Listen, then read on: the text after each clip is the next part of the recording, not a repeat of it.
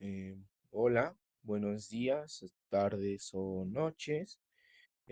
Bueno, en esta ocasión mi compañero José Gael García Barrón y yo, Roberto Carlos Alonso Cruz, alumnos de la preparatoria número 9, Pedro de Alba, cursantes del sexto grado, grupo 601, eh, les presentaremos nuestra propuesta para el concurso interpreparatoriano de estadística de la materia de matemáticas, que radica en discutir las discrepancias de datos que existe en cuanto a casos COVID-19, decesos causados por dicha enfermedad, eh, que existen entre datos oficiales, ya sea por estos proporcionados por el gobierno, instituciones oficiales y privadas, y bueno, datos que recolectamos con una breve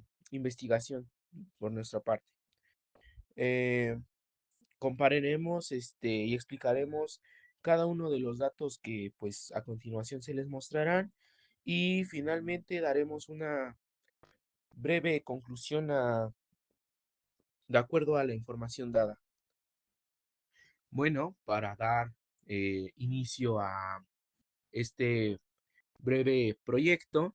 Este, Todos sabemos que durante la pandemia de COVID-19, la recopilación y difusión de datos sobre contagios y decesos se convirtió en un tema, pues, algo controversial, ¿no? Y sobre todo aquí en México, dado que las cifras oficiales reportadas por el gobierno contrastaron con estimaciones de diversas instituciones independientes y pues con la realidad que nosotros vivíamos como ciudadanos, ¿no? Como población, mientras que las fuentes oficiales ofrecían un panorama que se basaba en casos confirmados, pues otras investigaciones sugirieron que el impacto real de la pandemia pudo haber sido pues mucho mayor, ¿no?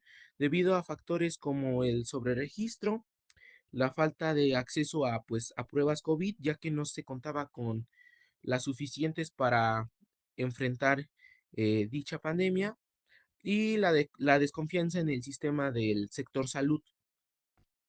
Como ya se había dicho anteriormente, el análisis que se realizará comparará las cifras proporcionadas por el gobierno, que serían como cifras oficiales, entre comillas, las estimaciones de instituciones académicas y organizaciones independientes, y bueno, los hallazgos obtenidos a partir de entrevistas con ciudadanos.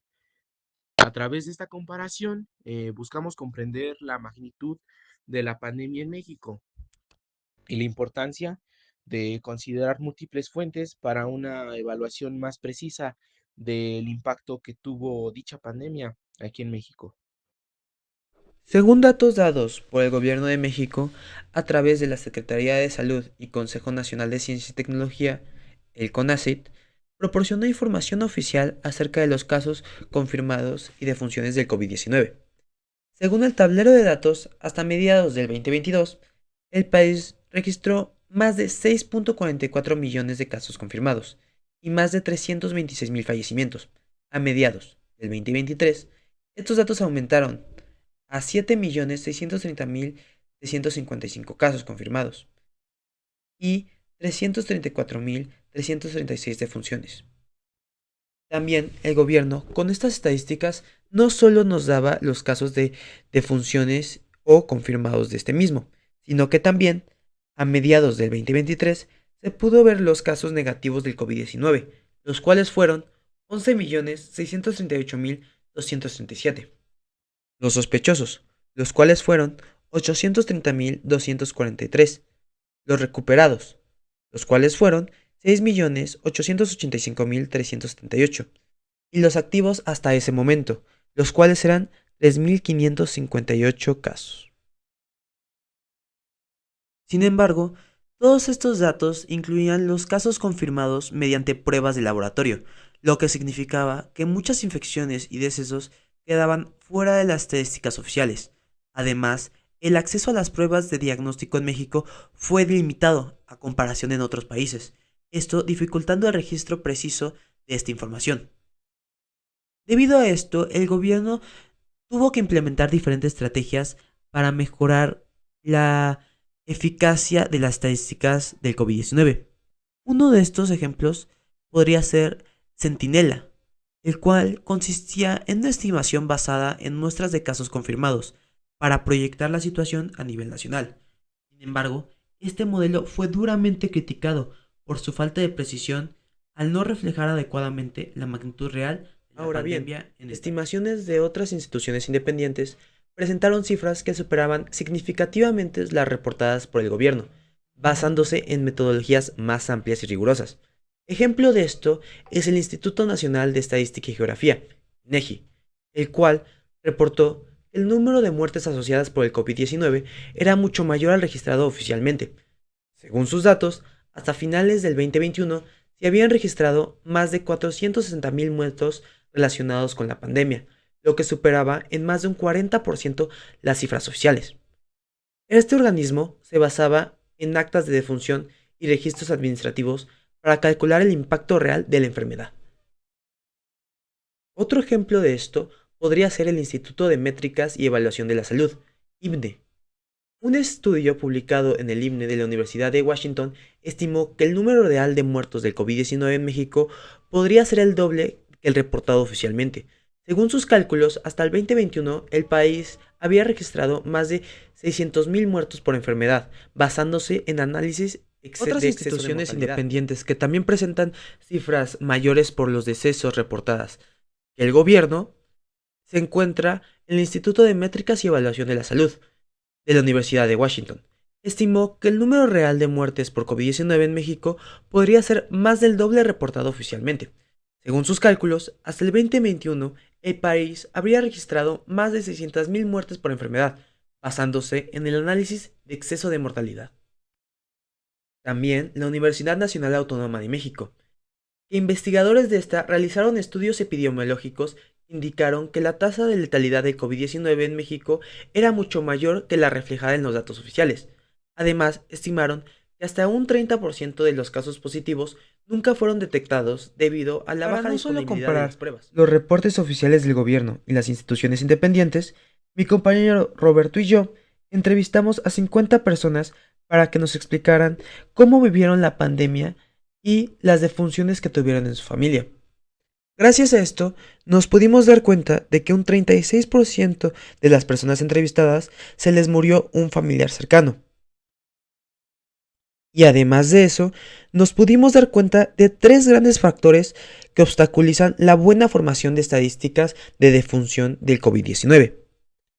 Primera de estas siendo que muchas personas con síntomas compatibles con COVID-19 no acudieron al hospital ni se realizaron pruebas debido al miedo y estigma que tenían sobre la pandemia y a la desconfianza en el sistema de salud de México.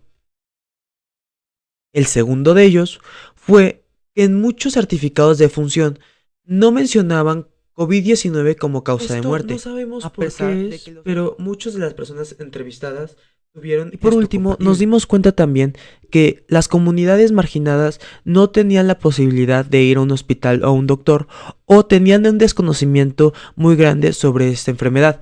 Esto provocando que no fueran a diagnosticarse o que se murieran en sus propios hogares, lo cual no identificaría la cuenta de mortalidad de esta pandemia.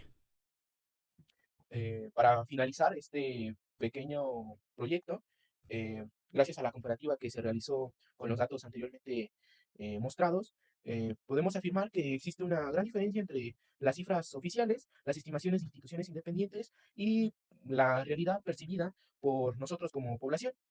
Eh, Esto muestra la complejidad de medir con precisión el impacto que tuvo pues, esta pandemia pues, en México.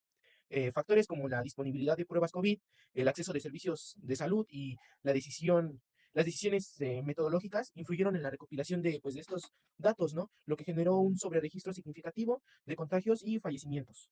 Con esto vemos que la comparación de estas distintas fuentes resalta la importancia de contar con mecanismos más transparentes y efectivos para la elaboración el registro de pues, datos para una futura crisis sanitaria. Asimismo, subraya la importancia de mejorar el acceso a la salud en comunidades pues, vulnerables o con un alto grado de pobreza, y también fortalecer la confianza con las instituciones, ¿no? Para evitar el sobreregistro de enfermedades en un futuro y que los datos, en un caso hipotético que se tenga en un futuro de alguna otra pandemia, sean un poco más claros y no disten tantos unos con otros.